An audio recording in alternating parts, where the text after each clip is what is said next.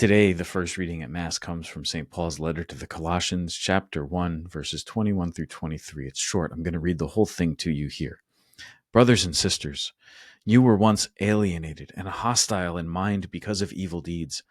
God has now reconciled you in the fleshly body of Christ through his death to present you holy, without blemish, and irreproachable before him, provided that you persevere in the faith, firmly grounded, stable, and not shifting from the hope of the gospel that you heard, which has been preached to every creature under heaven, of which I, Paul, am a minister. We have been given this gift of reconciliation. We who once were alienated, we who once were divided. The reality of our lives, my friends, is that we are often returning to that state of alienation.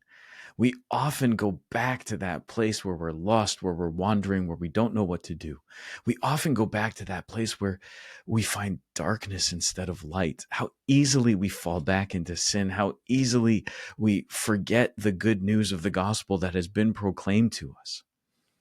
St. Paul reminds us that we were once alienated, but Christ shed his blood for you and for me. Christ went to the cross. He endured the shame of the cross for you and for me and rose victorious over death, not so that we could slide back into old ways of sinning, but so that we could be presented before God holy, blameless, and irreproachable, so that God would see in us what he sees and loves in his Son.